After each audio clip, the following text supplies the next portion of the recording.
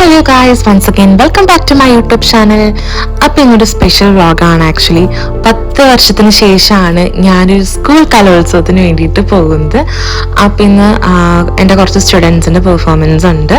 Sub ജില്ലാ കലോത്സവമാണ്. അപ്പം നല്ല മഞ്ഞും തണുപ്പും ഒക്കെയാണ്. ഡിസംബറിൻ്റെ ആരംഭം, ഡിസംബർ ഉറങ്ങാൻ പോകുന്നതിന് മുന്നുള്ള ഒരു തണുപ്പും ഇതൊക്കെയാണ്.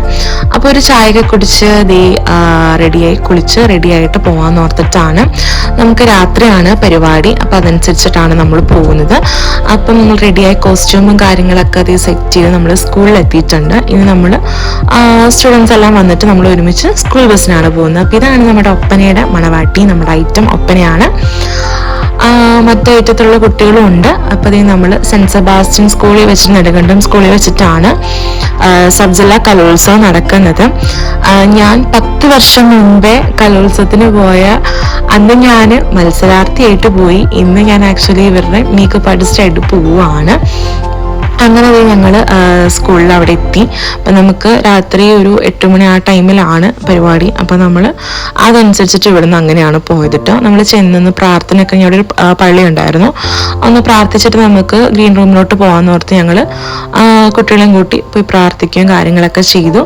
അതിനുശേഷം ഞങ്ങൾ നേരെ ഗ്രീൻ റൂമിലോട്ട് പോയി. ഓരോ സ്കൂളിനും അവർക്ക് അനുവദിച്ചിട്ടുള്ള ഗ്രീൻ റൂം ഉണ്ടായിരുന്നു. അപ്പം ഞങ്ങൾ ഗ്രീൻ റൂമിൽ ചെന്ന് കഴിഞ്ഞപ്പോഴത്തേക്കും ഇതവരുടെ കോസ്റ്റ്യൂമും ഓർണമെൻറ്റ്സും ആണ്. ഇതെല്ലാം വെത്തി നമ്മൾ കോഴിക്കോട് നിന്നാണ് വരുത്തിയത്. അങ്ങനെ നമ്മൾ മേക്കപ്പ് സ്റ്റാർട്ട് ചെയ്തു. നമുക്ക് ടൈം ഒട്ടും വേസ്റ്റ് ചെയ്യാനില്ലാത്തതുകൊണ്ട് നമ്മൾ മേക്കപ്പ് സ്റ്റാർട്ട് ചെയ്തു.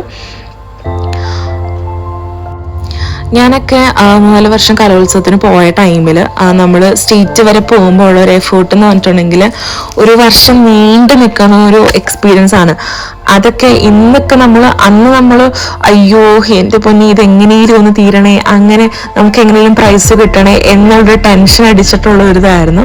പക്ഷെ ഇന്ന് വളരെ കൂളായിട്ട് നമുക്കതെപ്പോഴും ഭയങ്കര മിസ്സിങ് ആണ്. ആ കാലത്തോട്ട് ഇന്ന് പോയാൽ കൊള്ളാന്നൊക്കെ.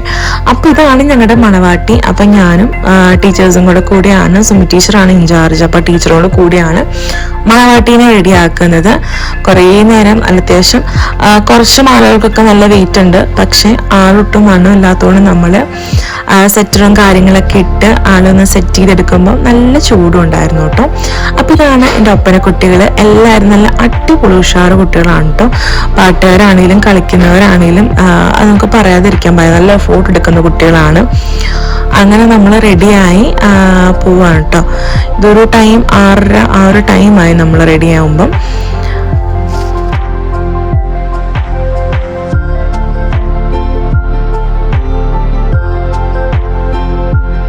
അപ്പം ഇതാണ് നമ്മുടെ ഫൈനൽ ലുക്ക്. ഇതാണ് നമ്മുടെ മണവാട്ടി. മൊഞ്ചത്തി ആണെങ്കിൽ കമൻറ്റ് ചെയ്യണം.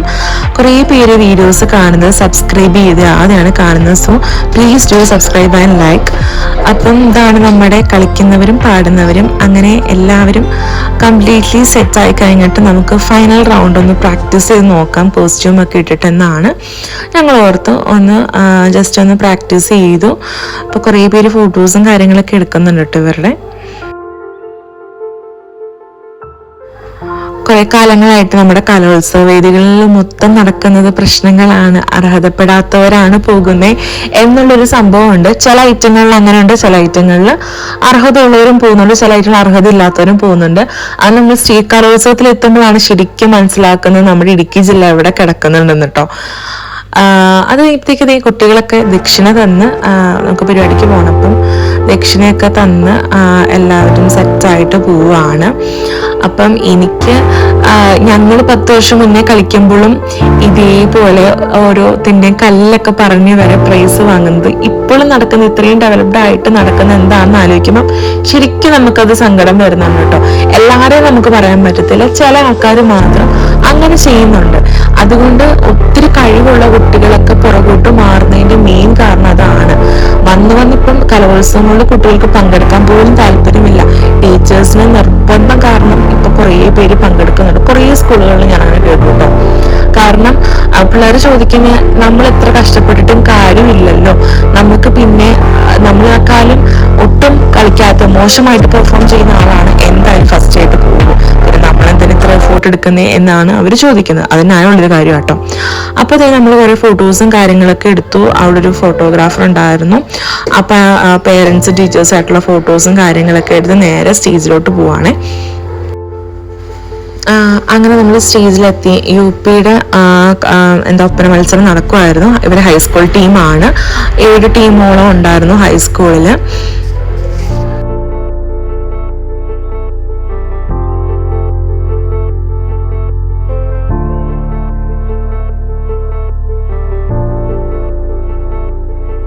ഓൾറെഡി ഇവരുടെ വീഡിയോ ഞാൻ അപ്ലോഡ് ചെയ്തിട്ടുണ്ട്, അപ്പോൾ കാണാത്തവരുണ്ടെങ്കിൽ കാണുക. അതുപോലെ please do comment and subscribe. അപ്പോൾ ഇവരുടെ വീഡിയോസ് ഞാൻ ഷോർട്സ് ആയിട്ടും അതുപോലെ ഫുൾ വീഡിയോ ഞാൻ അപ്ലോഡ് ചെയ്തിട്ടുണ്ട്, ഞാനകത്ത് കൊടുത്തേക്കാം.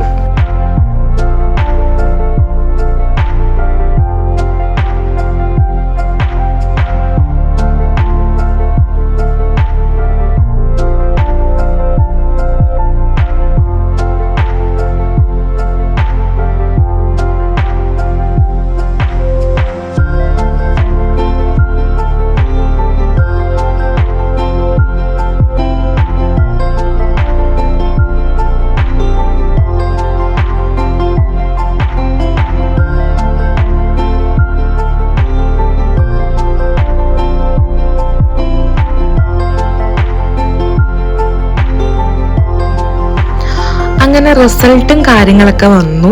അപ്പം ശരിക്കും നമുക്ക് സങ്കടമായി. നമ്മളെല്ലാവരുടെയും പെർഫോമൻസ് കണ്ടു. ഇവരേറ്റവും നല്ലത് ആയിരുന്നു എന്ന് പറയാൻ കാരണം അവരുടെ കോസ്റ്റ്യൂമും അവരുടെ കളിയും എല്ലാം നല്ലതായിരുന്നു മറ്റുള്ള ടീമുകളെ വെച്ച്.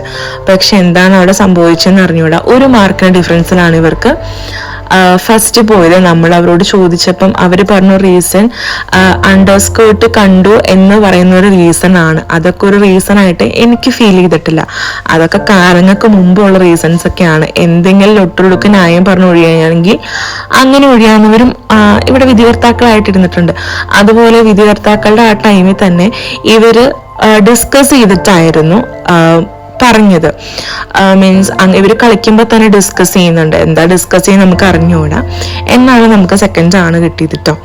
അങ്ങനെ ഞങ്ങൾ കുറച്ച് ഫോട്ടോസും വീഡിയോസും ഒക്കെ എടുത്തു. കാരണം സെക്കൻഡ് കിട്ടുന്നതിന് മീൻസ് പ്രോപ്പർട്ടീസ് ഒക്കെ നിലത്ത് വീണവർക്ക് ഫസ്റ്റും ഒന്നും വീഴാത്തവർക്ക് സെക്കൻഡും. അതാണ് കലോത്സവം എന്നിപ്പോൾ നമുക്ക് മനസ്സിലാവും. അപ്പോൾ നിങ്ങൾക്ക് വീഡിയോ ഇഷ്ടപ്പെടണമെങ്കിൽ ലൈക്ക് ചെയ്യുക, ഷെയർ ചെയ്യുക, സബ്സ്ക്രൈബ് ചെയ്യുക.